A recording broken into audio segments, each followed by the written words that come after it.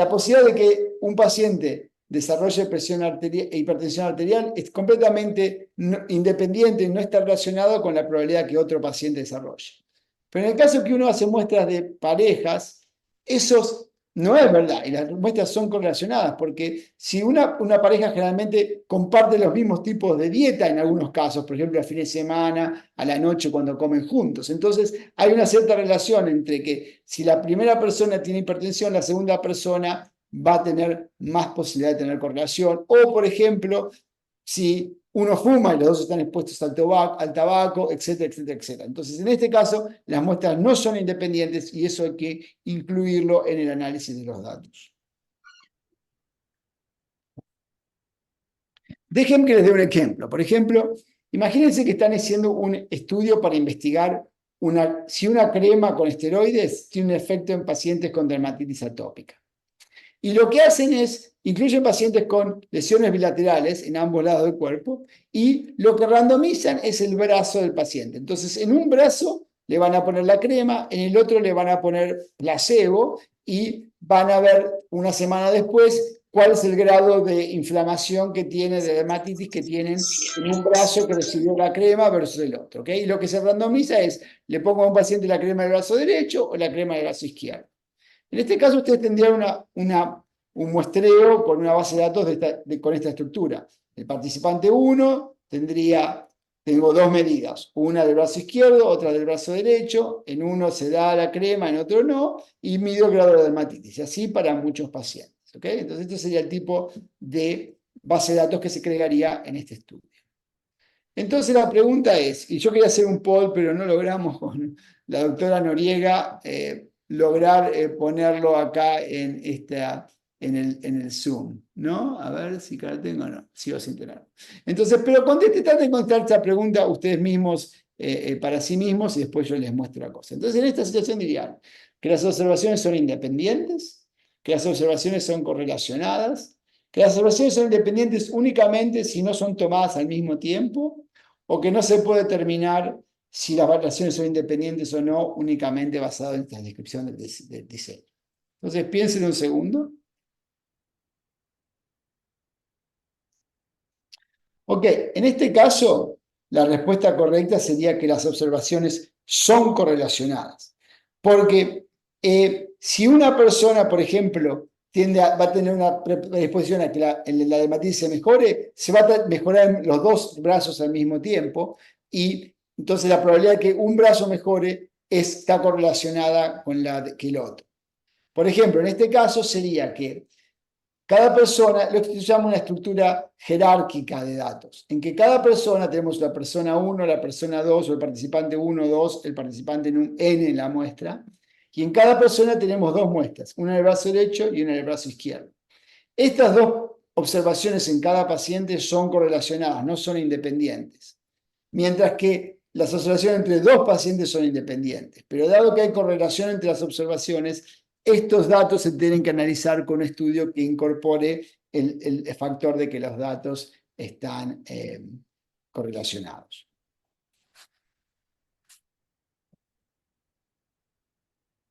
El siguiente paso, una vez que entienden la variable de exposición, el desenlace, la distribución de la variable de desenlace y el tipo de estructura de los datos, es hacer lo que se llama la tabla 1. Generalmente la tabla 1 lo que se hace es describir las características de la población, y generalmente en dos grupos, los que tienen la exposición y los que no tienen la exposición. Por ejemplo, en este caso, imaginen que están haciendo un estudio que publicamos en el pasado entre si hay una asociación entre diabetes y cáncer de pulmón. Entonces, en este caso, tenemos la población de los pacientes con diabetes y las que no tienen diabetes y comparamos las características al ingreso al estudio, como la edad, el porcentaje que son hombres, la raza y la etnicidad, etcétera, etcétera, etcétera. Y a esto tenemos valores P que permiten entender cómo es la población en general y aparte cómo se comparan los pacientes que estuvieron expuestos versus los que no estuvieron expuestos, para entender si las diferencias que uno encuentra en los análisis estadísticos se deben a la exposición o se deben a estas diferencias en otros valores que podrían explicar la presencia o ausencia de la variable de desenlace. Una vez que entienden la estructura de las características de los pacientes y en los dos grupos que uno va a comparar, generalmente se pasa a hacer un análisis lo que se llama no ajustado o univariado, en lo que se compara la relación entre la exposición y la variable de desenlace sin que se ajuste para ninguna otra factor que puede estar diferente en la base de datos. Por ejemplo, en este caso, hay una relación entre diabetes y cáncer de pulmón. Uno puede hacer lo que se llama un test que se llama chi cuadrado o chi-square en inglés, donde se comparan los pacientes que tienen diabetes y los que no tienen diabetes y el cáncer de pulmón, si tienen o no. Por ejemplo, en este caso el resultado estaría diciendo que los pacientes que tienen diabetes tienen un 20% de posibilidades de desarrollar un cáncer de pulmón, mientras los que no tienen diabetes solo el 5%. O sea que los que tienen diabetes tienen 4 veces el riesgo de cáncer de pulmón que los que no tienen diabetes, y esto tiene una probabilidad P de 0.003, lo que significa que hay una relación significativa. Entonces, una vez haciendo este análisis no ajustado, concluiríamos que hay una potencial relación entre la exposición y el desenlace, pero que no estamos sin controlar por otras diferencias potenciales entre los pacientes que tienen diabetes y los que no. Esta es una lista de test que yo la puse acá que dice, que muestra qué tipo de variable de desenlace es y qué tipo de prueba estadística uno tiene que hacer para compararlo. En caso de que las observaciones sean independientes o de las observaciones sean correlacionadas. Yo le voy a dar estas diapositivas a la doctora Noriega y ustedes pueden usar esto basado en su estudio para tratar de entender qué tipo de test pueden usar y pueden ir a la literatura y leer un poco respecto al test. Pero, por ejemplo, si la variable es continua, generalmente lo que se hace es usar una prueba T. O si la variable es dicótoma, la variable de desenlace es dicótoma, uno usa un test de chi cuadrado o qui cuadrado. ¿Ok?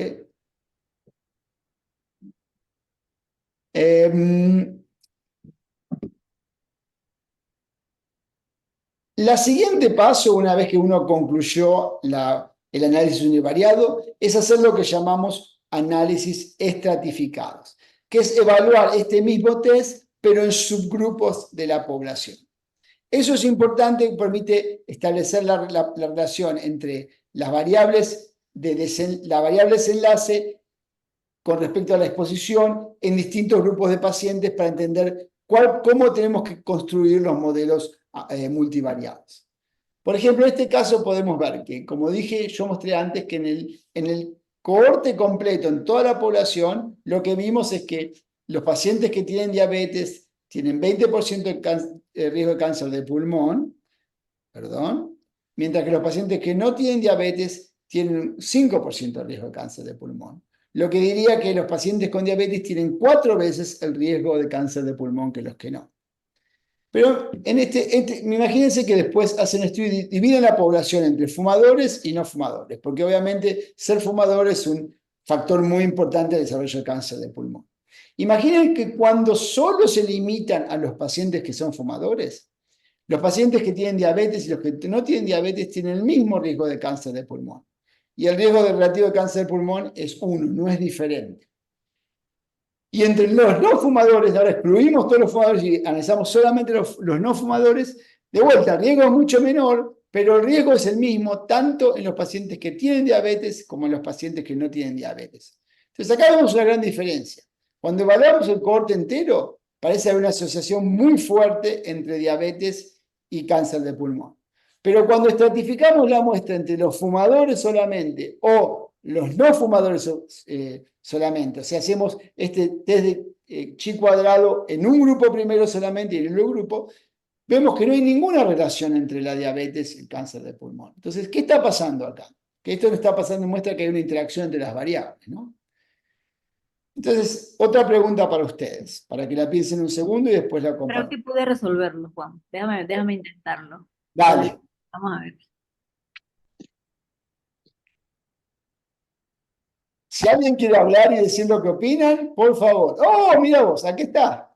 Perfecto, salió. Bueno, a ver, fíjense si pueden contestar en esta pregunta. ¿Qué piensan que está pasando acá en este caso?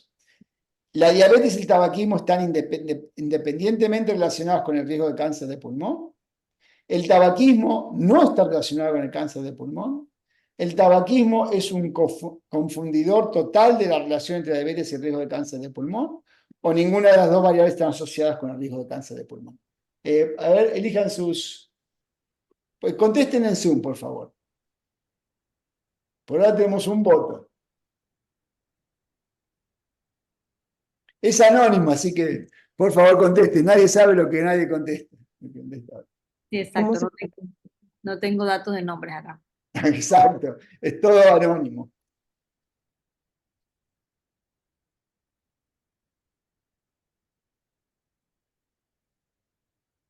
Bueno, me parece que ya tenemos. ¿Querés mostrar?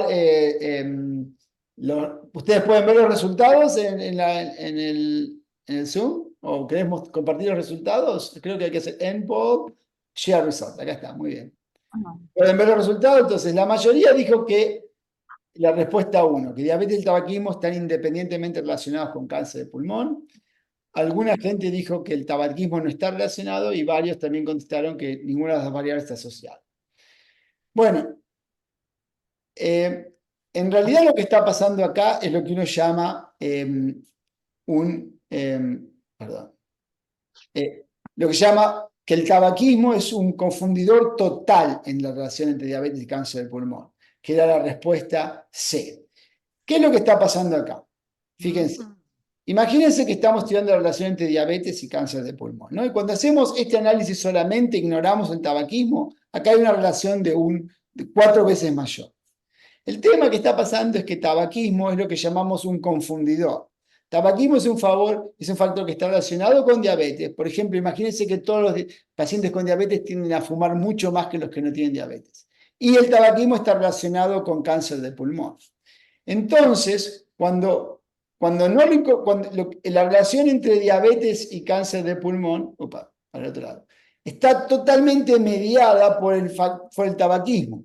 Los pacientes con diabetes aparecen teniendo más cáncer de pulmón porque tienden a fumar más, pero no porque la diabetes sea un factor de riesgo para el cáncer de pulmón. Y cuando ajustamos al cáncer de pulmón haciendo la estratificación, la relación entre diabetes y cáncer de pulmón desaparece. Esto es lo que se llama tabaquismo siendo un confundidor total de la relación entre la exposición y la variable desenlace. Y esto es importante porque nos indica que definitivamente tenemos que incorporar tabaquismo en el modelo porque si no, los resultados son lo que llaman sesgados. ¿Okay? El resultado de que la diabetes está relacionada con cáncer de pulmón es un sesgo. Imagínense que hacen el mismo análisis que les mostré, pero ahora encontramos una cosa diferente. ¿Okay? Ahora imagínense que están haciendo otro estudio nuevo y hacemos un análisis estratificado. Nuevamente, en la muestra total, diabetes tiene un riesgo de cáncer de pulmón 4 veces mayor. Ahora, cuando miramos entre los fumadores, los que tienen diabetes tienen 30% de riesgo de cáncer de pulmón y los que no tienen diabetes tienen solamente un 5%. O sea que diabetes tiene un riesgo de cáncer de pulmón de 6 veces mayor. Pero interesante que entre los no fumadores, acá hay un error, entre los no fumadores, la relación de diabetes con cáncer de pulmón es solamente un aumento de riesgo del 2 veces. ¿Okay? Entonces acá lo que está pasando es una cosa diferente. El diabetes como un riesgo de cáncer de pulmón opera diferente entre los que son fumadores y los que no son fumadores. Esto es lo que se llama técnicamente una interacción entre diabetes y tabaquismo. ¿Okay? El factor de riesgo opera, tiene un efecto diferente cuando hay tabaco en el medio versus cuando no hay. ¿Okay? Y esto cuando uno crea el modelo estadístico, lo tiene que incorporar de una forma especial en el modelo para que esta interacción se pueda modelar, se pueda expresar con los datos. Entonces, nuevamente, estas son cosas que únicamente uno las reconoce cuando hace estos análisis estratificados y esto va a dictar cómo uno construye el modelo estadístico. Entonces, ¿cómo vamos a pasar al último paso que es construir el modelo estadístico? Bueno, en realidad no hay una guía exacta de cómo hacerlo. Y la gente que hace estos modelos estadísticos lo que explica es que es un poquito un arte, que se aprende a medida que uno lo va haciendo y usando ciertas estrategias. no hay una sola receta que funcione en todos los modelos que quieran hacer. Va a tener que uno ajustarse, depende de cada situación y cómo va haciendo estos modelos. Lo importante es construir el modelo manualmente. Los paquetes estadísticos ofrecen estrategias como la estrategia hacia adelante, hacia atrás, etcétera, que son estrategias automáticas, donde el paquete hace todos los pasos y le da a uno un modelo final. Eso no es una buena forma de hacerlo. Lo que hay que hacerlo es hacerlo uno, ir agregando las variables uno a uno y viendo lo que va pasando con el modelo. Una estrategia que he utilizado yo, que la aprendí de otros, es la siguiente, la pueden considerar si ustedes están haciendo este modelo. Y es empezar con un modelo en donde solo está la variable de desenlace y un predictor que es la exposición de interés. En este caso, por ejemplo, haríamos un modelo donde ponemos cáncer de pulmón es el variable de desenlace y el único predictor es diabetes. Y vemos la relación entre diabetes y cáncer de pulmón en este primer modelo que no está ajustado para nadie. Técnicamente, este modelo tiene que replicar, tiene que dar los mismos resultados que lo que uno vio en el variable, en el análisis no ajustado univariado con el chi cuadrado. El segundo paso generalmente es agregar las otras variables que son de ajuste, pero que son las variables básicas que cualquier revisor va a querer ver en un modelo. Por ejemplo, ajustar por edad, ajustar por sexo, en el caso de cáncer de pulmón, agregar tabaquismo. Son variables que todo el mundo va a querer ver en estos modelos. Ir agregándola de a uno en el modelo, por ejemplo, hacer un segundo modelo que pone cáncer de pulmón es una variable que está relacionada con diabetes y la edad. ¿Okay? Y fijarse, ¿qué pasa cuando yo agrego la edad del paciente con la relación entre la diabetes y el cáncer del pulmón? ¿Se modifica, aumenta, disminuye, etcétera, etcétera? Y así ir agregando las variables una por una. Y finalmente, incluir los confundidores. Son otras variables que podrían explicar la relación entre la variable de exposición y la variable de desenlace. Y que de vuelta, ir incorporándolos uno a uno y a medida que los voy incorporando, miro la relación entre la exposición principal y la variable de desenlace para ver si se mantiene, está atenuada o está aumentada a medida que voy agregando las otras variables de ajuste. Los modelos, esto es lo que sería la estructura general de estos modelos ajustados, multivariados, que son lo mismo para cualquier tipo de variable. Y en esto tenemos generalmente lo que llamamos la variable de desenlace, que en este modelo sería lo que estamos modelando es el valor esperado de la variable, la media de la variable de desenlace, o de una función de la variable de desenlace, dependiendo del modelo.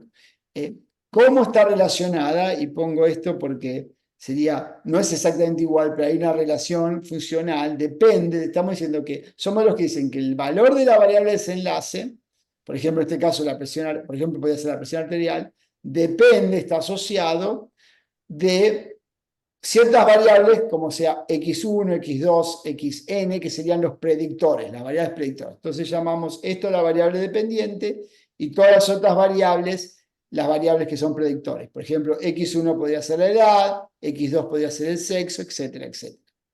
Y lo que tenemos son estos coeficientes beta, que serían cuánto pesa, cómo cambia la variable de desenlace en relación a estos predictores. Un coeficiente grande positivo significa que cuando la variable, por ejemplo, cuando la edad es mayor, la media de la presión arterial va subiendo.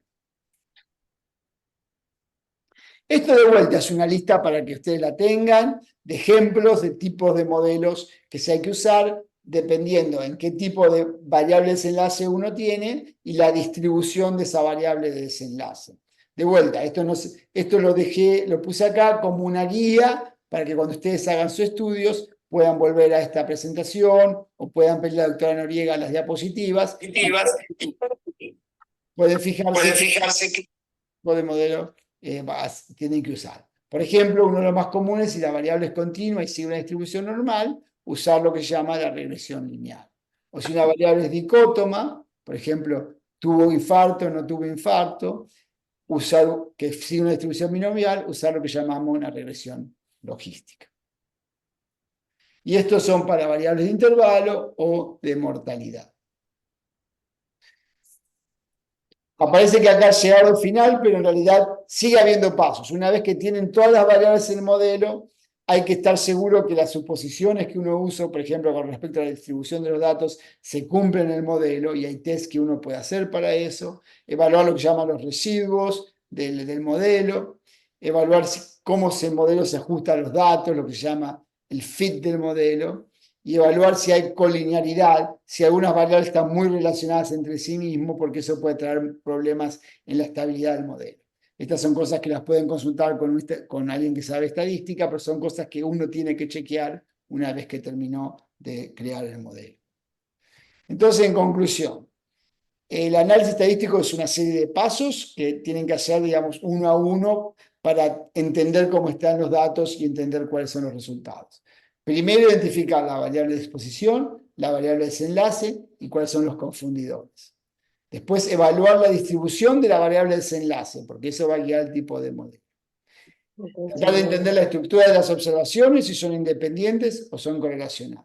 Una vez que tenemos eso, hacer la tabla 1 del estudio, después hacer los análisis estratificados y finalmente construir un modelo multivariado para evaluar la relación entre la exposición y la variable de desenlace, ajustando o controlando para todas las otras variables que pueden ser diferentes en los dos grupos. Eso fue un resumen corto de todo esto como son temas largos y complicados, pero quizás esperemos que les ayude a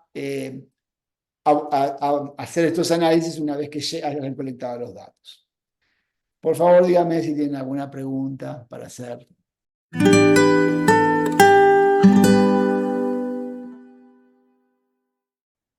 Muchas gracias, Juan. Excelente presentación. Bueno, creo que hay un poco el mensaje también que queda es que en realidad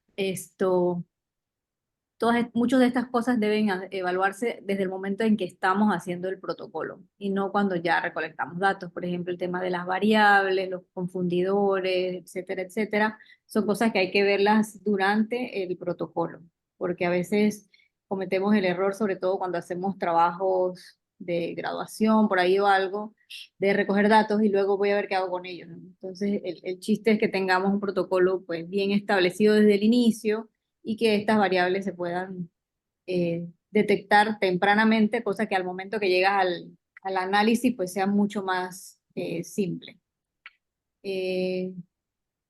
No sé, Sí, absolutamente. Perdón que se te interrumpí, pero... No, absolutamente, digo que eso es crítico, digamos. El momento de hacer análisis ya es muy tarde para hacer todas estas otras cosas. Y como bien vos dijiste, Lorena, el momento de empezar a pensar en estas cosas y cómo va a ser un análisis estadístico es el momento que uno desarrolla el protocolo para estar seguro que uno colectó todas las variables importantes para el análisis. Totalmente de acuerdo.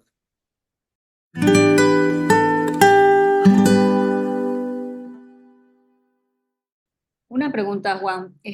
A veces en la tabla 1, que sabemos que son como los datos demográficos, o sea, las características de las poblaciones que estudiamos, a veces le queda la duda a uno de qué tantas cosas poner, o sea, cuáles son los requerimientos, o sea, cuáles son como las variables mínimas que deberían estar en una tabla número 1, porque luego empiezas a poner como resultados per se del estudio, o sea, qué tanto o qué tan poco poner en esta tabla.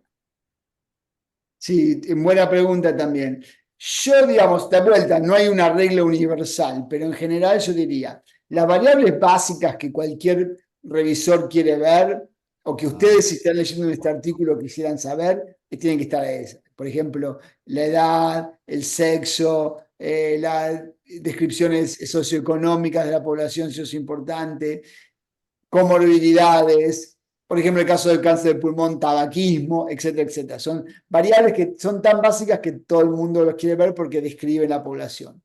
Y de vuelta, la otra cosa que yo pensaría es si hay algunos factores que son confundidores muy importantes, ¿no? Y entonces uno quiere demostrar que tanto los que estuvieron expuestos como los pacientes que no estuvieron expuestos tienen una distribución más o menos similar de esas variables. Por ejemplo, si estamos evaluando un factor de riesgo para asma y sabemos que la obesidad es un factor de riesgo muy importante, bueno, mostrar cómo es el BMI de los dos grupos o cosas así. O sea, esas serían las guías. Pero de vuelta, tampoco hay que sobreextenderse en la tabla 1 y nadie va a querer ver una tabla 1 que tenga 50 variables, ¿no? Entonces hay que poner las cosas más importantes, pero manteniendo una cierta parsimonia. Sí, yo creo que otro de los aspectos es que la verdad que la parte estadística suele ser complicada para uno. Entonces, siempre hay que buscar como aliados para que manejen un poco más estos datos para que nos ayuden a hacer los análisis, ¿no? Que a veces nos enfrascamos solos con todo. Entonces, ese es un tema. Sí, por supuesto. Y estos son temas complejos que difícil cubrirlos todos en media hora, pero como que traté de darle unos lineamientos generales para cómo enfocar esto. Yo estoy de acuerdo que si uno es la primera vez que lo hace, realmente es bueno estar guiado por alguien que ya ha tenido experiencia. Una pregunta es sobre si para el análisis de datos estadísticos recomiendas algún software en particular o alguno que sea sencillo. Sí, por supuesto. Yo creo que, por ejemplo, el SSPS es un buen programa para empezar, porque es un programa que es muy completo, pero al mismo tiempo es un programa que no hay que hacer código, se maneja por como cliqueando opciones, están muy bien diseñadas. Entonces, es un programa que está diseñado para que alguien que empieza a hacer análisis de datos pueda usarlo. La única problema es que a veces es más caro de conseguir, aunque a veces se consiguen versiones dando vueltas por ahí que no son tan caros. Hay otros programas que son también similares como eso, como por ejemplo hay una forma de Stata que es como eso, una forma que se llama JMP que también, pero el SPSS tiene mucha literatura, muchos libros de guía y es bastante intuitivo. Hay otro programa que es muy poderoso, que es el programa R, que es gratis, que se puede bajar de internet y es gratis, pero ese precisa que uno haga líneas de código, no es para apretar botones y teclas, opciones. Entonces hay que pasarse un poco más de tiempo aprendiendo las bases de eso. Pero esas son las opciones que yo consideraría. ¿Qué piensas del EPINFO? El EPINFO, la verdad que yo lo usé, es un programa que se desarrolló hace mucho, mucho tiempo, no sé cuánto se ha actualizado. Yo lo usé hace como 25 o 30 años para la primera vez que hice análisis estadísticos y sirve, por supuesto, pero era menos como amigo al uso. Me parece que el SSPS está hecho de una forma que permite que uno lo use en forma bastante intuitiva, que está diseñado para que alguien que aunque no tenga mucho conocimiento de estadística, pueda empezar a obtener resultados. Bueno, te damos las gracias, Juan. Muchísimas gracias por dedicarnos este tiempo. Sé que debes estar súper ocupado, pero te agradecemos un montón que nos hayas regalado estos minutos. Un Es, placer. Creo que ya puedes dejar de compartir.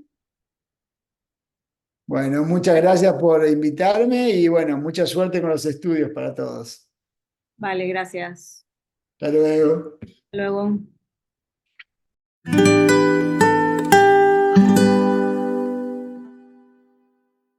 Bueno, la idea ahora es que podamos presentar algunos resúmenes de algunos trabajos. O sea, la idea es que presenten como el resumen, que lo pueden presentar ahí en, en Word o en PDF, como lo tengan. Hicimos algunas recomendaciones muy generales. Israel, voy a darte para que puedas compartir pantalla. Doctora, ¿será posible que usted presente el que me envió? eh, con las correcciones, porque ahí van a salir las correcciones. No, no importa, yo creo que es parte del trabajo de hacer un Ah, artículo. Los track changes. va.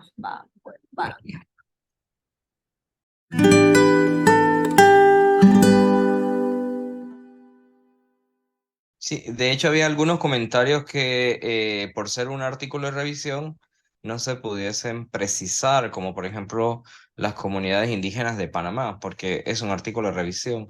En el artículo original, pues sí se colocarían porque se hablaría de la. Cuéntanos un poco de tu trabajo, Israel. Bueno, gracias, doctora. Lo que hacemos es aprovechar al máximo todo lo que los estudiantes han trabajado en sus temas de investigación. Este tema es una investigación sobre consumo de alimentos fuentes de hierro en comunidades indígenas de Panamá. Pero para la tesis se le solicita el marco teórico y el marco teórico lo elaboramos como una revisión narrativa. Así que estas dos estudiantes egresadas del año pasado escribieron su artículo de de investigación narrativa o un artículo de revisión a partir del marco teórico. Y ya están preparando su segundo artículo, que es el trabajo original con los análisis estadísticos de las encuestas aplicadas en campo.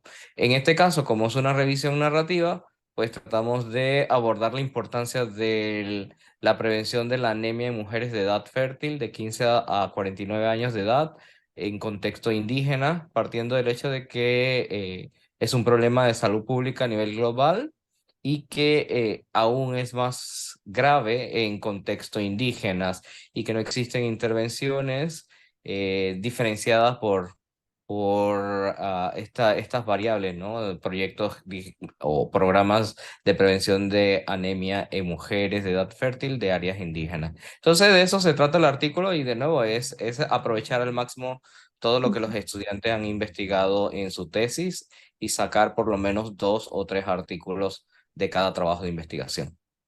Ok. Y como usted, de nuevo le agradezco la revisión, pero al ser un artículo de revisión, las precisiones, por ejemplo, de comunidades indígenas en Panamá no hacen sentido porque habla más del problema en forma general como una revisión y no en específico para el país.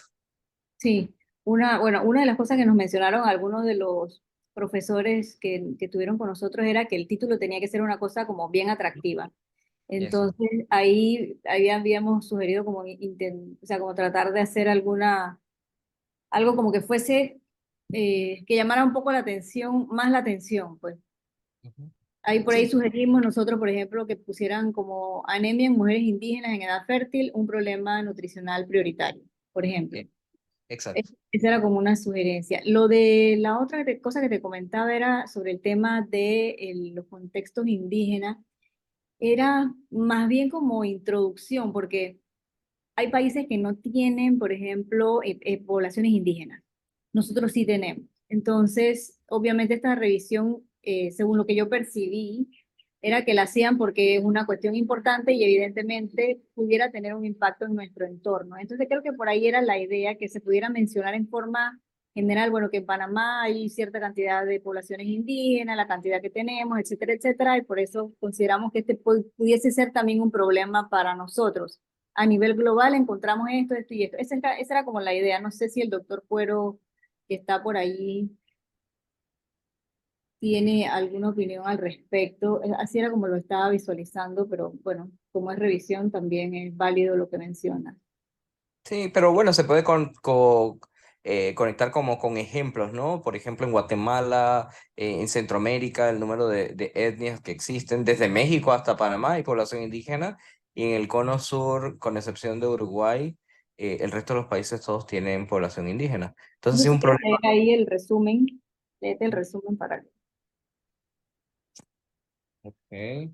Bueno, se establece una frase de contexto sobre la importancia de abordar el problema en estas zonas indígenas y rurales y luego se coloca el objetivo del trabajo, que en este caso, al ser una revisión narrativa, pues es evaluar la literatura disponible sobre intervenciones o con enfoque de sistema alimentario para prevenir la anemia en mujeres de edad fértil y luego algunos hallazgos de la revisión, ¿no? Que existe en general, pues poco abordaje, es un tema muy invisible y por eso queríamos hacer ese como mensaje, esos key message de visibilizar el problema agravado en estos contextos indígenas y de establecer recomendaciones de intervenciones enfocadas en estas zonas más vulnerables. Y bueno, el enfoque de sistemas alimentarios es que no solo debemos pues trabajar con la población, sino con los sistemas productivos para que a la par de intervenciones con la población, como la profilaxis o la consejería, pues también hayan programas que busquen promover la producción y consumo de alimentos fuentes de hierros en las localidades con pertinencia cultural, etcétera. Es eso más que nada el mensaje final del trabajo. Perfecto. Ujú. El tema es súper interesante, fíjate. y el artículo este se ve como una base para que puedan hacer posteriormente cosas de intervención, quizás, ¿no? No sé si lo han considerado, porque el tema es bien interesante. Sí, de este tema tenemos dos artículos. Este es de revisión que, como contaba, es el marco teórico de la tesis, adaptado para un artículo de revisión. Pero el Ujú, segundo artículo es ya de evaluar la ingesta de hierro M y no M provenientes de alimentos en estas comunidades gunas en la periferia de la ciudad capital, en la comunidad esta que queda por el Rotcarú, Cuna es Negra. una Ujú, nega, es correcto. Y ahí sí con datos numéricos, evaluando la ingesta de alimentos y los miligramos de hierro, tanto M como no M, en la población. Y verificando si cumple con las recomendaciones, que en términos generales, pues no, no consumen alimentos fuentes de hierro, son más dietas monótonas y con alto consumo de alimentos poco saludables como bebidas azucaradas, lo cual empeora el escenario de anemia en mujeres de edad fértil y con dificultades en el acceso a servicios básicos de salud, ¿no? Atención primaria, etcétera. Viven a pesar de que viven cerca de la ciudad, pues viven y se mantienen con su cultura y lo que han integrado de la ciudad es el acceso a la comida no saludable. Y sí, ese sería el segundo artículo, el cual ya se está avanzando también. ujú. ¿Alguien quiere comentar algo, preguntar, sugerir? Hola, buenas noches. Y nada más sugiriendo las palabras claves, usualmente se trata por lo menos en el idioma español, se utiliza en palabras claves que se encuentran en el buscador de Dex, que es parecido a lo que es Mesh en inglés, pero en palabras en portugués y español. Entonces, eso usualmente las revistas lo recomiendan para cuando uno esté buscando los artículos, uno puede utilizar esas palabras claves y entonces su revisión pueda salir dentro de la búsqueda, pues. Voy a enviar el link en el chat para que puedan verlo. Sí, sí, correcto, muy válido. En realidad, cuando dictamos los cursos de investigación, a los estudiantes les facilitamos el acceso tanto en MESH como Medical Heading Subjects y los DESC para descriptores de salud. Entonces, sí, sí, están registrados. Am, He dictado cursos de investigación en otras universidades más del corte social y en educación. Allá se utiliza tesauros de UNESCO como descriptores para los motores de búsqueda, básicamente. Ujú. ¿Y qué revista has pensado para este artículo? Sí, como bien mencionó usted al inicio, es más de interés para la región. Entonces sería una revista de seguridad alimentaria.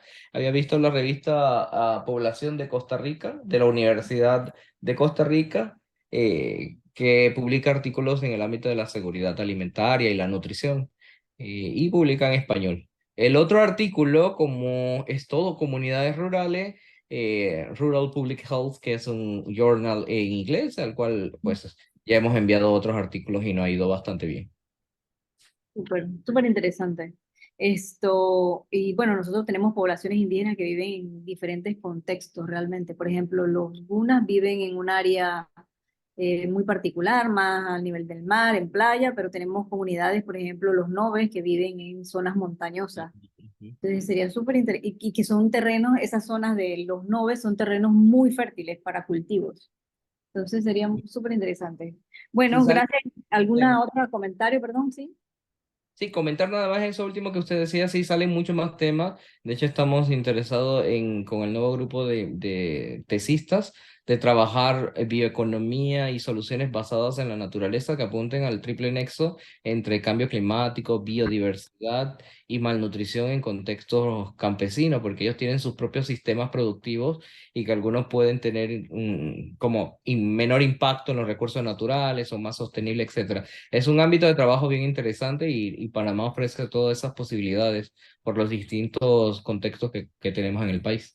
Sí, la otra cosa es que a pesar de que sean tesis, y si vamos a trabajar con seres humanos, recordar que todo esto debe pasar por comités de bioética, ¿no? Para que luego puedas publicarlos. Eh, Correcto, se registran en RECEGIS, en el Ministerio de Salud, y todas son revisadas críticamente por el Comité de Bioética de la Universidad de Panamá. Perfecto. ¿Algún comentario final para Israel y grupo? Si no, pasamos al siguiente. Gracias, doctora.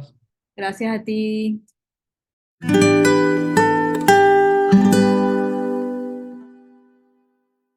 El siguiente es el de Eileen Montero. Eileen Montero estará por acá.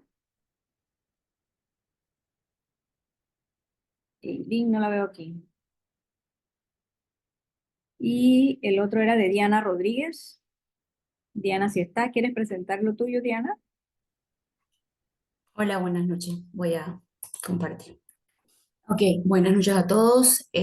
Bueno, esta es una revisión que estamos trabajando eh, el profesor Ángel Reina y mi persona, profesora Diana, sobre los métodos para el análisis de la composición corporal en sujetos entrenados y no entrenados. Seguí su sugerencia en acortar un poco el título, que creo que fue lo que me recomendó. Y bueno, dentro del resumen de esta revisión tenemos lo siguiente. El análisis de la composición corporal es importante en la valoración del estado nutricional y condición de salud en sujetos entrenados y no entrenados. Existen múltiples técnicas y métodos para medir y analizar la composición corporal.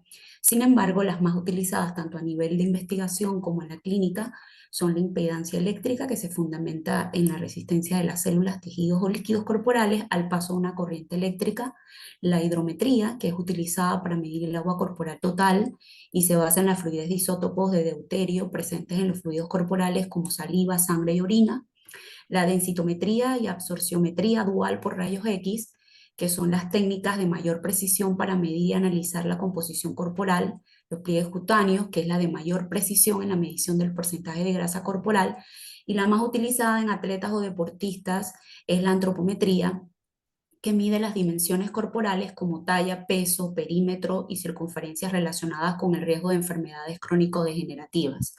Esta revisión tiene como objetivo revisar los métodos más utilizados para el análisis de la composición corporal, describiendo su metodología, aplicaciones, ventajas, desventajas en la investigación, y concluimos que la impedancia eléctrica pues, es la técnica de mayor validez y aplicabilidad en estudios con sujetos entrenados y no entrenados, y las otras son utilizadas más que todo como pruebas de soporte y comparación de los resultados. Y pues las palabras claves que tenemos relacionadas con el artículo.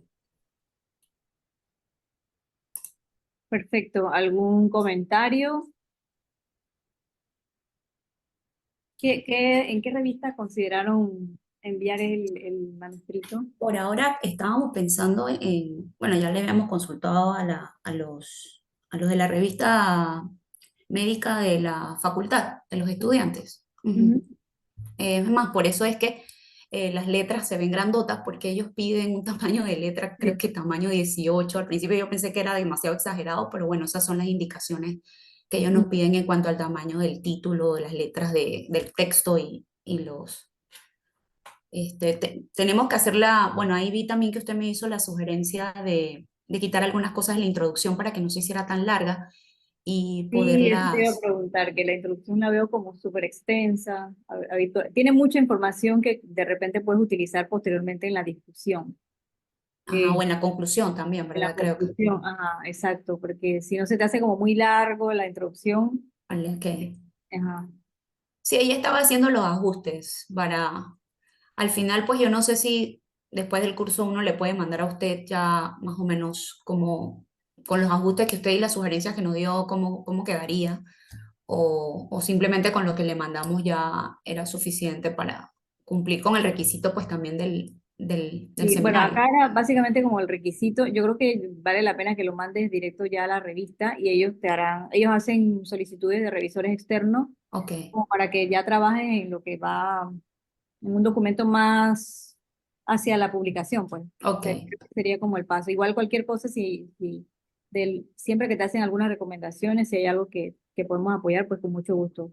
ok. Pero yo creo que sería como mandárselos a ellos ya para que se empiece el proceso, ¿no? Porque igual eso toma su tiempito.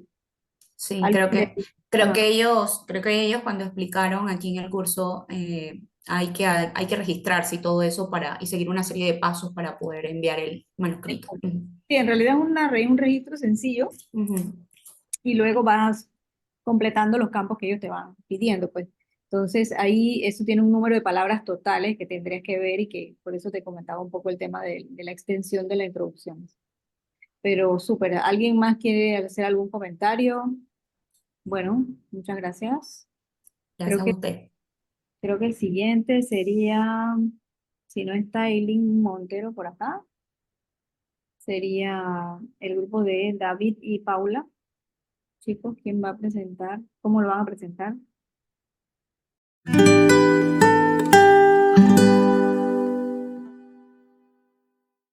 Hola, buenas noches. Sí, nosotros vamos a presentar un manuscrito de una investigación que realizamos. ¿Se ve? Sí, se ve. Pues por ahora está titulada como Prevalencia de microorganismos en infecciones respiratorias agudas identificados mediante panel respiratorio en un hospital privado de Panamá 2022-2023. Este título realmente es temporal debido a que la revista que escogimos va a ser publicada en inglés, así que luego entonces vamos a tener que hacer la traducción pues, de todo el manuscrito. Pero hoy queríamos pues mostrar lo que viene siendo el resumen, siguiendo pues las reglas de la revista, que eran máximo 150 palabras de forma estructurada. Entonces, iniciando con el resumen, en la introducción, pues siendo la cuarta causa de muerte a nivel mundial, las infecciones respiratorias agudas representan una carga importante para el sistema de salud. Después de la pandemia de SARS-CoV-2 era necesario estudiar su etiología. El objetivo es identificar los microorganismos asociados a las infecciones respiratorias agudas registradas en un hospital privado del país. En la metodología, es un estudio descriptivo de corte transversal utilizando los resultados del BioFair Film Array Neumonía Panel del Laboratorio Clínico del Hospital Nacional de Panamá en el periodo de enero 2022 a junio 2023, donde fueron seleccionadas 294 muestras positivas por muestreo no probabilístico de conveniencia que cumplieran criterios de inclusión. Entre los resultados, el 58.5% de nuestras muestras correspondió al sexo masculino, la edad media fue de 48 años.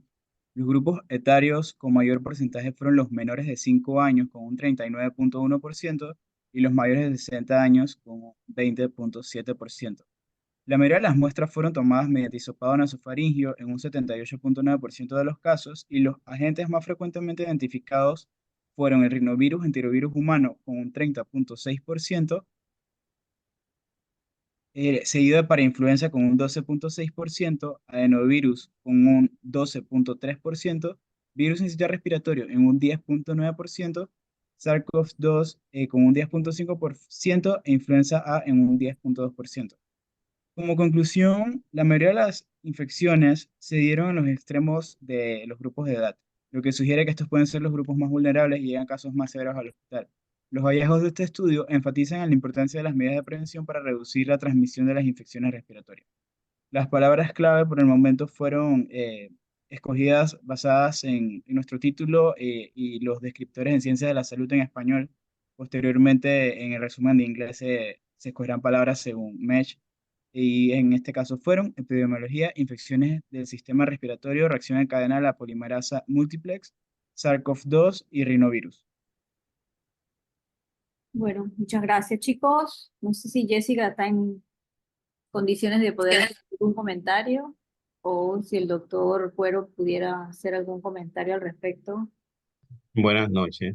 Sí, estaba mirando el trabajo y en verdad es un resumen muy resumido, ¿no?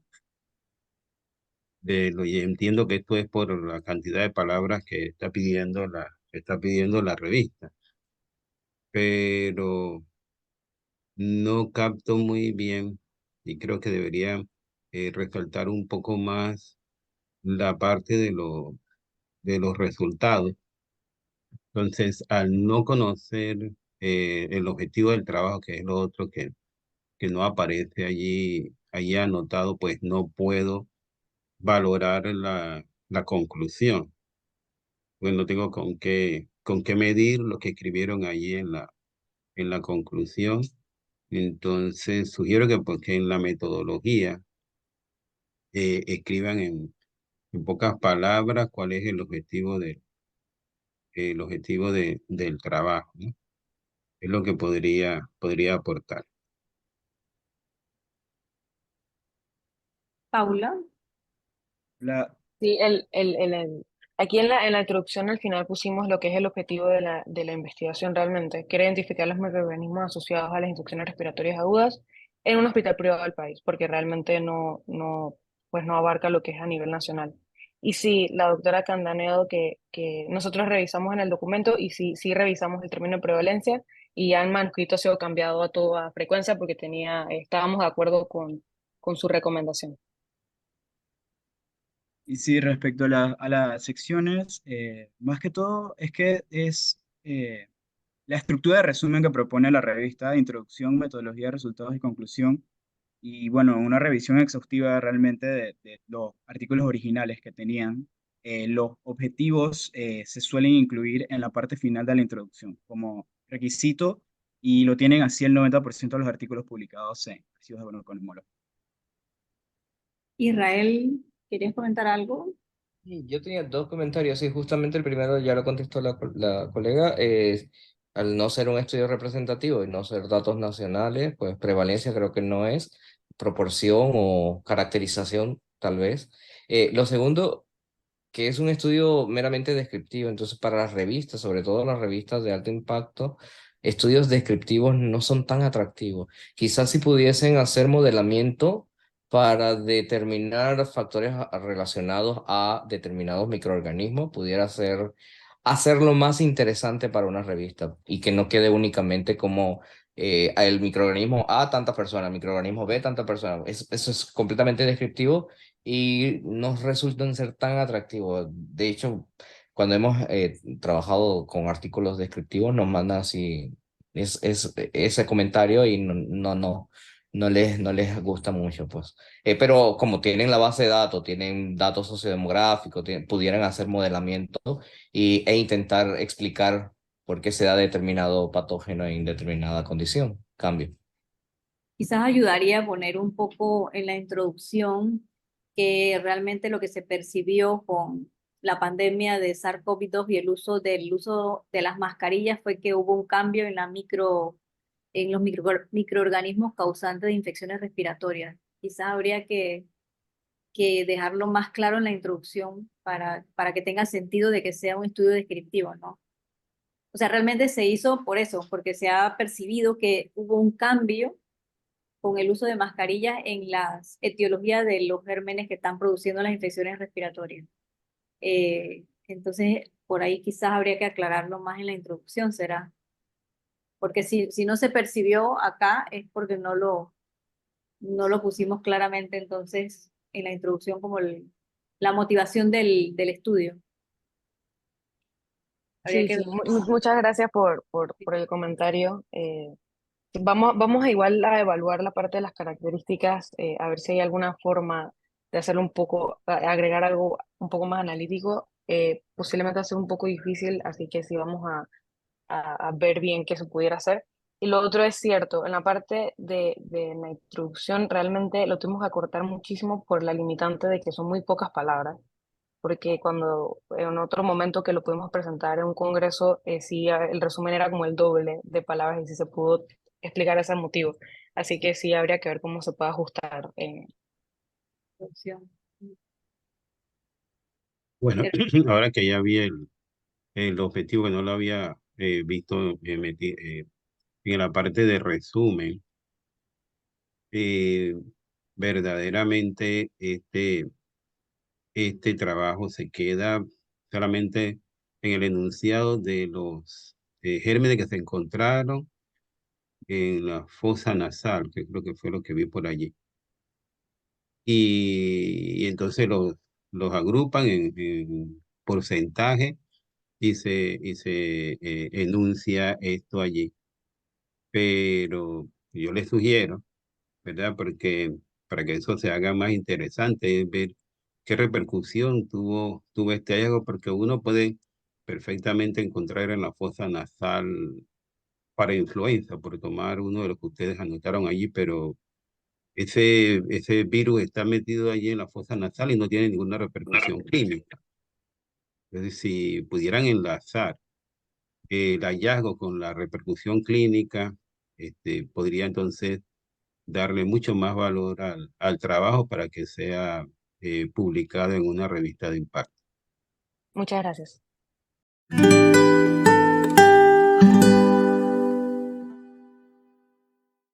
La otra era la de la profesora Delia. Profe, yo le había mandado esto al doctor Cuero, pero él lo corrigió. O sea, Pero le no hizo me lo ese mandaron. comentario, pero no me lo hizo llegar. Yo no No, sé pero ahora lo si presento y yo le comento, con No, gusto. no lo tengo, no los tengo.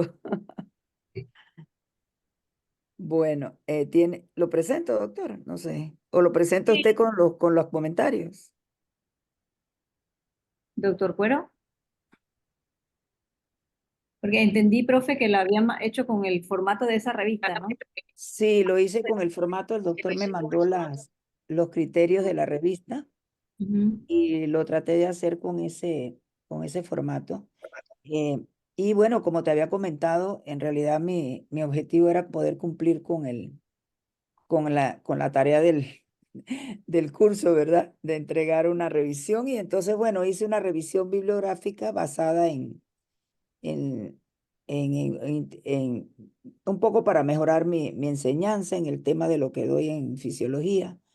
Y bueno, si llega a pasar el filtro para alguna publicación, yo pensaba acoplarlo con dos personas más, una persona que analizara la parte molecular del transportador del que estoy hablando y otra persona que analizara las implicaciones clínicas, en donde ahora actualmente se implica ese transportador. Esa era la idea, pues, de la revisión bibliográfica que hice.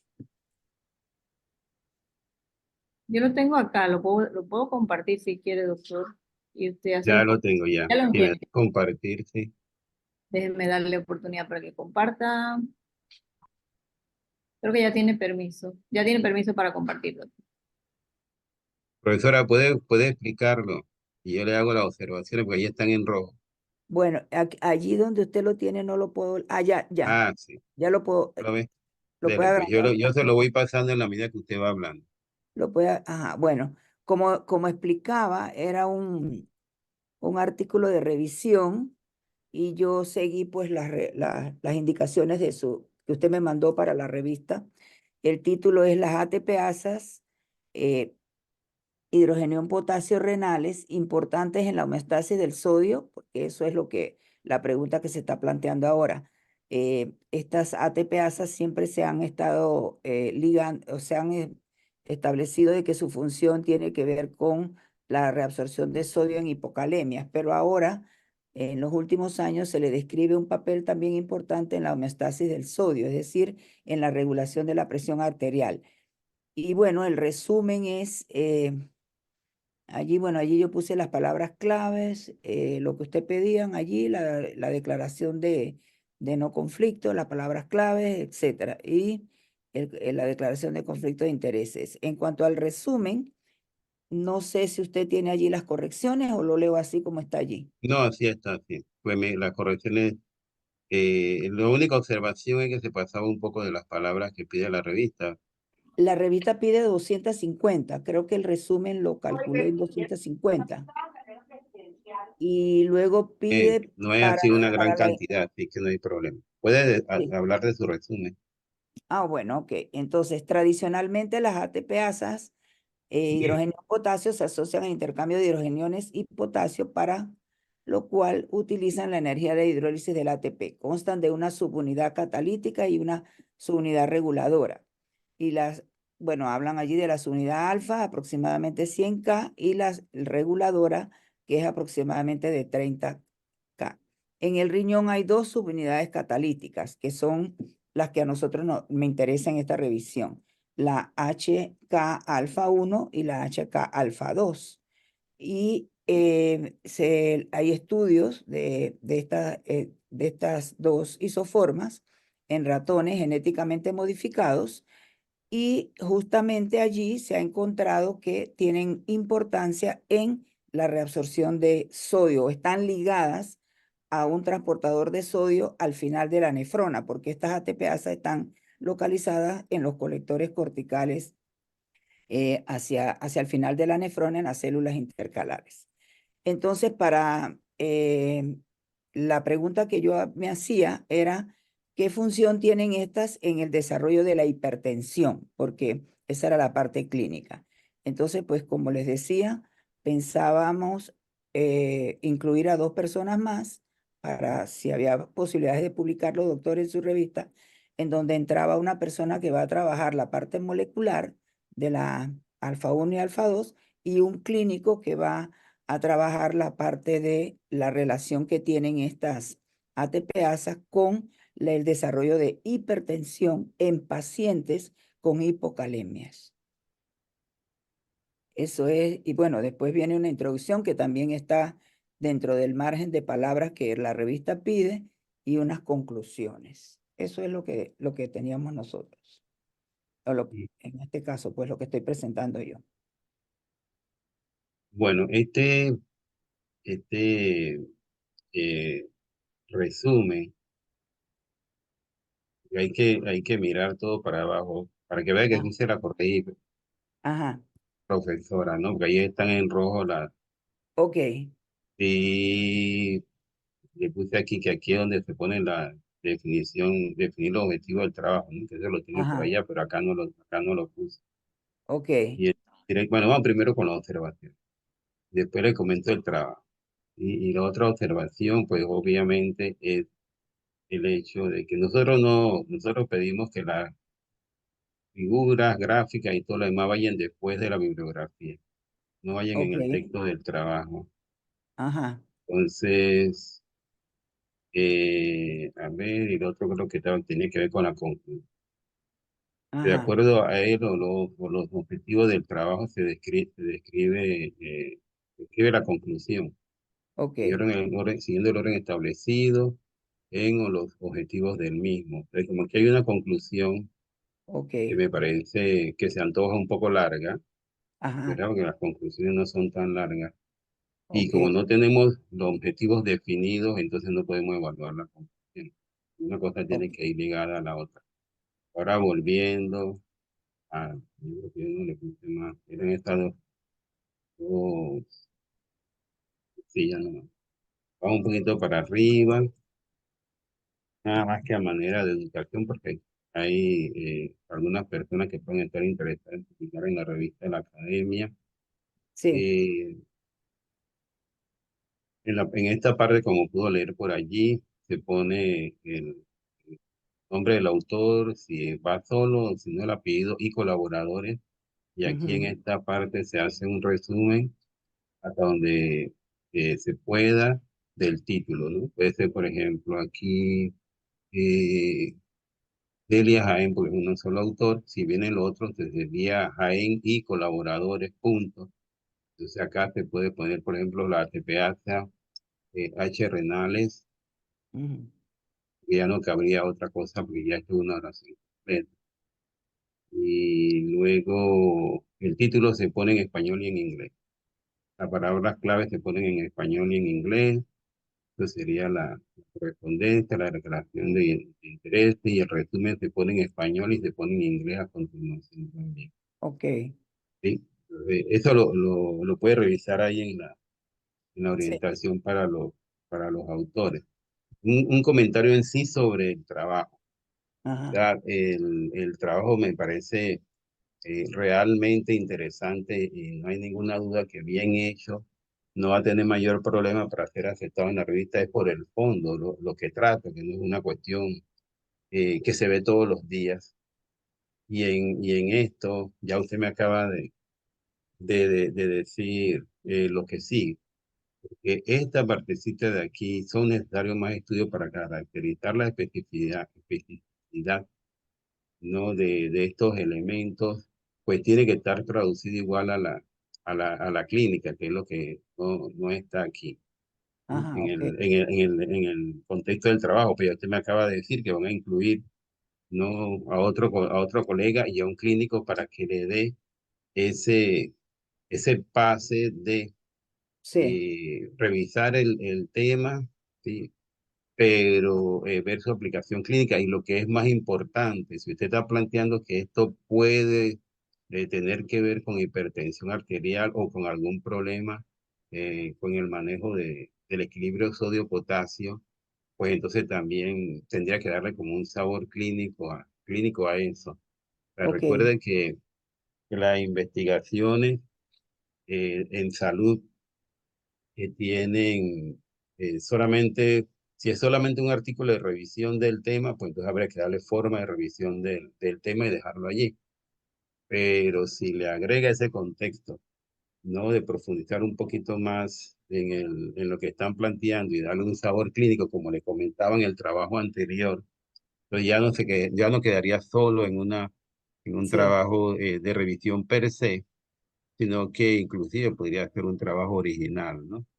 Si sí. le agregan esa parte, porque esto, creo que esto es lo más interesante del asunto, porque hacer la revisión del tema y dejar sugerencias que ustedes están en capacidad de demostrar, pues entonces sería como dejar el trabajo por la mitad.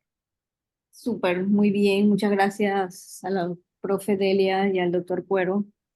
Gracias. Esto, bueno, yo creo que ese sería el último. Por allí vi uno que mandó la licenciada Lorena, nada más que ese no hemos tenido la oportunidad de revisarlo, porque se lo mandó ayer o hoy.